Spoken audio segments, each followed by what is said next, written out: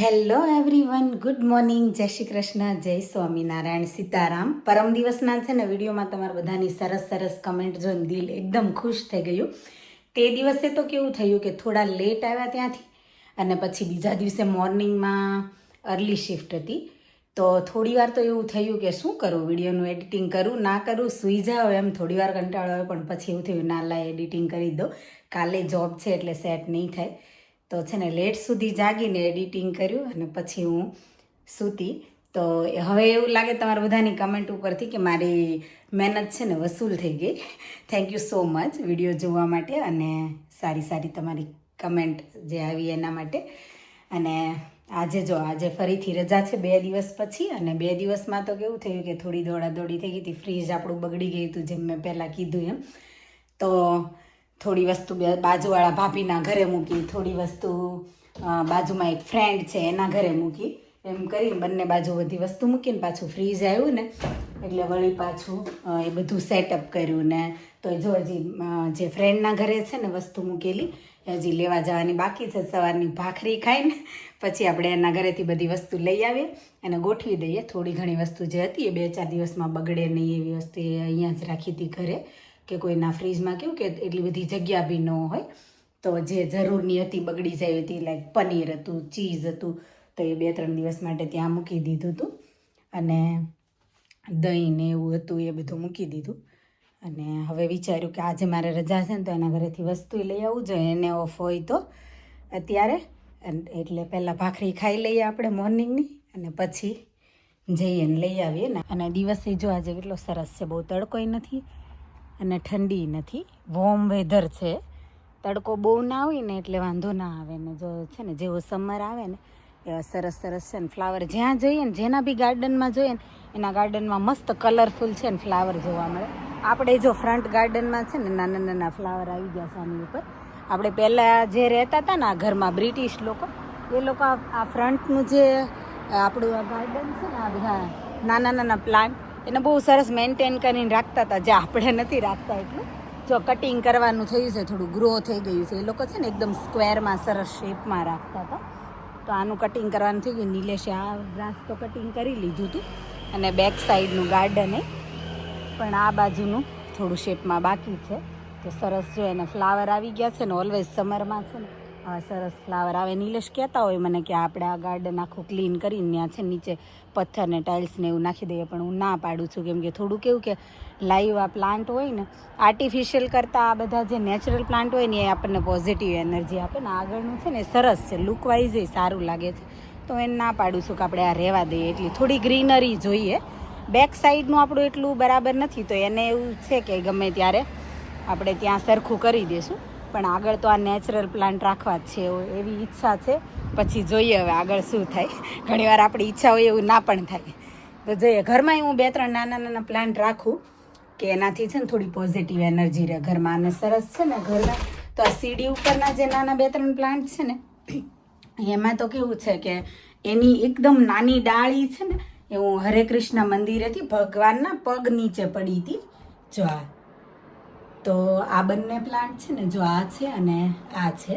આ તો ધનવેલ છે, એકદમ વધી ગઈ હતી. પણ જો આનું કુંડું છે ને બહુ નાનું છે, તો મેં છે ને કટિંગ કરીને પછી એમને રહેવા દીધું હતું. જો પાછી ગ્રો થઈ ગઈ એની જાતે જ. મારે એટલું સારું છે ટચવુડ કે પ્લાન્ટને છે ને બહુ મેન્ટેન ના કરું ને તો એ જાતે સરસ ગ્રો થઈ જાય. સમરમાં વીકમાં 2 વખત પાણી નાખું, પાણી આપી દઉં પ્લાન્ટને. અને વિન્ટરમાં તો કેવું કે વીકલી એક જ વાર આપું, કેમ કે ઠંડીના લીધે પછી નહીંતર તો બળી જાય. તો જો આ કેવા સરસ થઈ ગયા છે. વચ્ચે આ બધા એકદમ ટ્રીમ કરી દીધા હતા, કાંઈ જ નહોતું રાખ્યું, ખાલી ડાળી જ હતી. પણ સરસ પાછા સમરના લીધે ગ્રો થઈ ગયા. આની ઉપર છે ને બહુ મસ્ત પિંક કલરના નાના નાના ફૂલ આવે. આની છે ને એક નાની અમથી ડાળી ભગવાનના પગ પાસે પડી હતી. જેમ મેં કીધું ને હરે કૃષ્ણ મંદિરે અમે ગયા હતા ને ત્યારે તો મેં એ ડાળી લઈને ઘરે લાવીને એને આવી રીતે પ્લાન્ટ કરી હતી. તો મને પહેલાં તો છે ને ટાઈમ લાગ્યો કે ખબર નહીં કે આ ડાળી ગ્રો થશે કે નહીં. બહુ બધો ટાઈમ લીધો હતો. પણ પછી એટલી સરસ રીતે ગ્રો થઈને એ હું થોડા ટાઈમે ટ્રીમ કરી દઉં ને તો એ સરસ પાછા ગ્રો થઈ જાય. તો એ પોઝિટિવ એનર્જી રહે ને એટલા માટે જો એવા 3-4 પ્લાન્ટ રાખું. 3 ત્યાં છે ને આપણે 2 કિચનમાં. આપણે તુલસીમાં તો હોય જ, અને જો આ એલોવેરા હોય તો એલોવેરાને મેન્ટેન ના કરીએ ને તોય સરસ વધ્યા કરે. અને તુલસીમાં તે ટચ વુડ કે વિન્ટરની ગમે એવી ઠંડી હોય ને તોય મુરઝાતા નથી, એટલું સારું છે. લીન રોજે સ્કૂલથી આવે ને તો 30 મિનિટનો એક એપિસોડ જોવે રામાયણનો, અને એની સાથે સાથે હું અત્યારે જોવા બેસી ગઈ.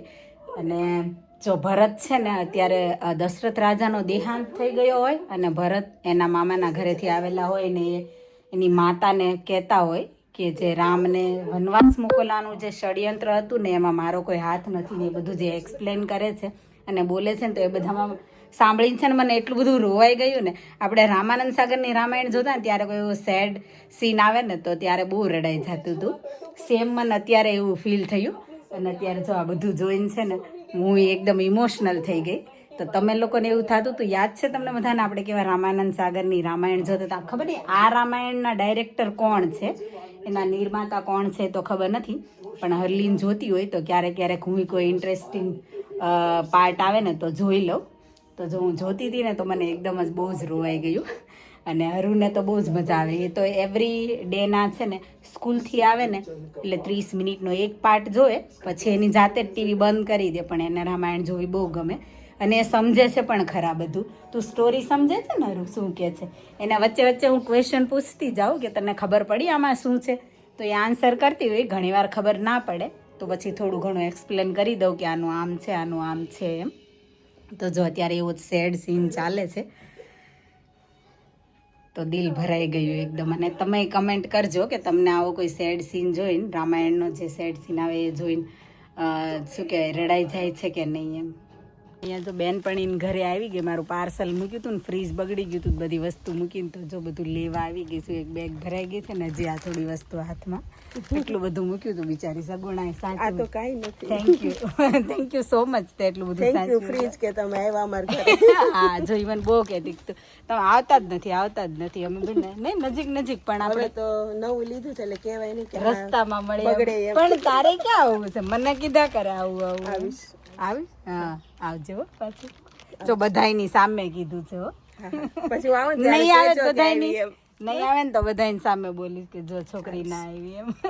પાડોશી આવવું પડે ને, પાડોશી ઘરે આવવું જ પડે. તો પાડોશી પહેલા સગા કહેવાય. જો ફ્રીજ બગડ્યું ને તો પાડોશી જ કામમાં આવ્યા. એટલે પહેલો સગો પાડોશી આપણામાં કહેવાય ને, ગુજરાતીમાં કહેવત છે. અને સગુણાએ તો આજે મંચુરિયન બનાવ્યું છે. તો મને થયું કે મેં દાળ ભાત શાક રોટલી બનાવી તો મૂકીને આવતી રહે.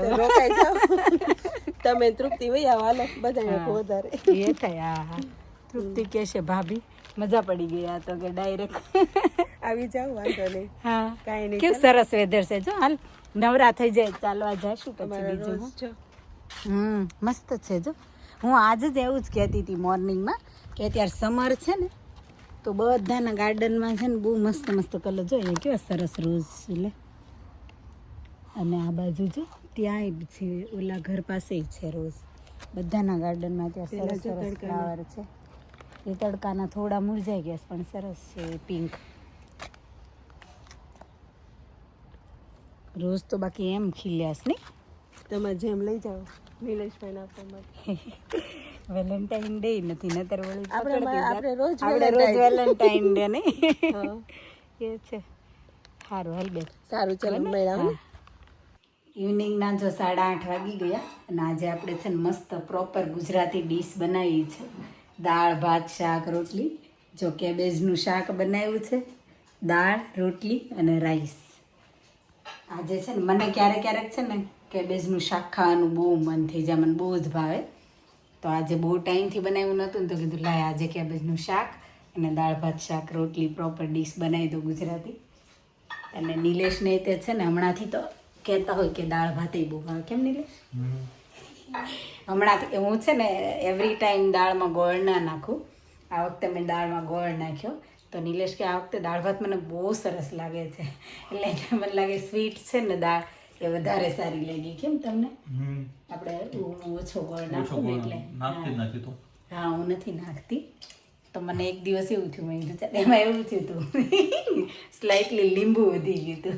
તો નિલેશ કમ્પ્લેન કરશે. નિલેશને છે ને ખાટી વસ્તુ જરાય ન ભાવે એટલે થોડું વધી ગયું હતું લીંબુ, તો એને બેલેન્સ કરવા માટે મેં છે ને થોડો ગોળ નાખી દીધો. તે દિવસે એને દાળ ભાત બહુ જ ખાધા, તો હું ખુશ થઈ ગઈ ચાલો મારો પ્રયોગ છે ને કંઈક કામ કરી ગયો, કે એને છે ને ટેસ્ટ ચેન્જ થઈ ગયો ને એને મજા આવી ગઈ.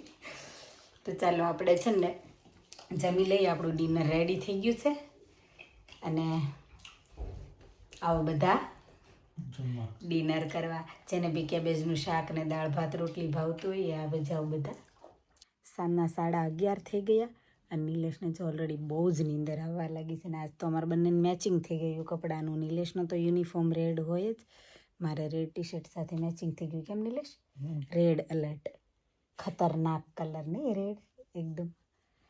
તો રેડ મેચિંગ થઈ ગયું છે વગર વેલેન્ટાઇન ડેના. અમારે રેડ કલરનું મેચિંગ થઈ ગયું છે આજે. અને જો ફૂદડીઓ કેટલી બધી ઉડે છે, વિન્ડો બંધ છે તોય ઉડે છે. સમરમાં છે ને ગાર્ડન આ ગ્રીનરીના લીધે બહુ ફૂદડીઓ ઉડ્યા કરે, આવી જાય ખબર નહીં ક્યાંથી. વિન્ડો બંધ હોય તો એની ઘરમાં વિન્ડો ઓપન ક્યાં થઈ ગઈ પછી બહાર ન જાય. આઈ થિંક કિચનની બંધ છે. હા, ઓપન હોય ત્યારે આવી ગઈ હોય. હા રાઈટ. અને પછી બહાર ના જઈ શકે તો અંદર ને અંદર આંટા માર્યા કરે, જગ્યા ના મળે ને બહાર જવા માટે. એટલે તો તમને વિડીયો ગમ્યો હોય તો લાઇક શેર કમેન્ટ કરજો. વધારે વિડીયો જોવા માટે ચેનલને કરી દેજો subscribe. Thank you for watching. Thank you for your time. Stay safe, look after your self. મળશું આપણે નવા વિડીયોમાં. બાય, ગુડ નાઇટ, જય શ્રી કૃષ્ણ.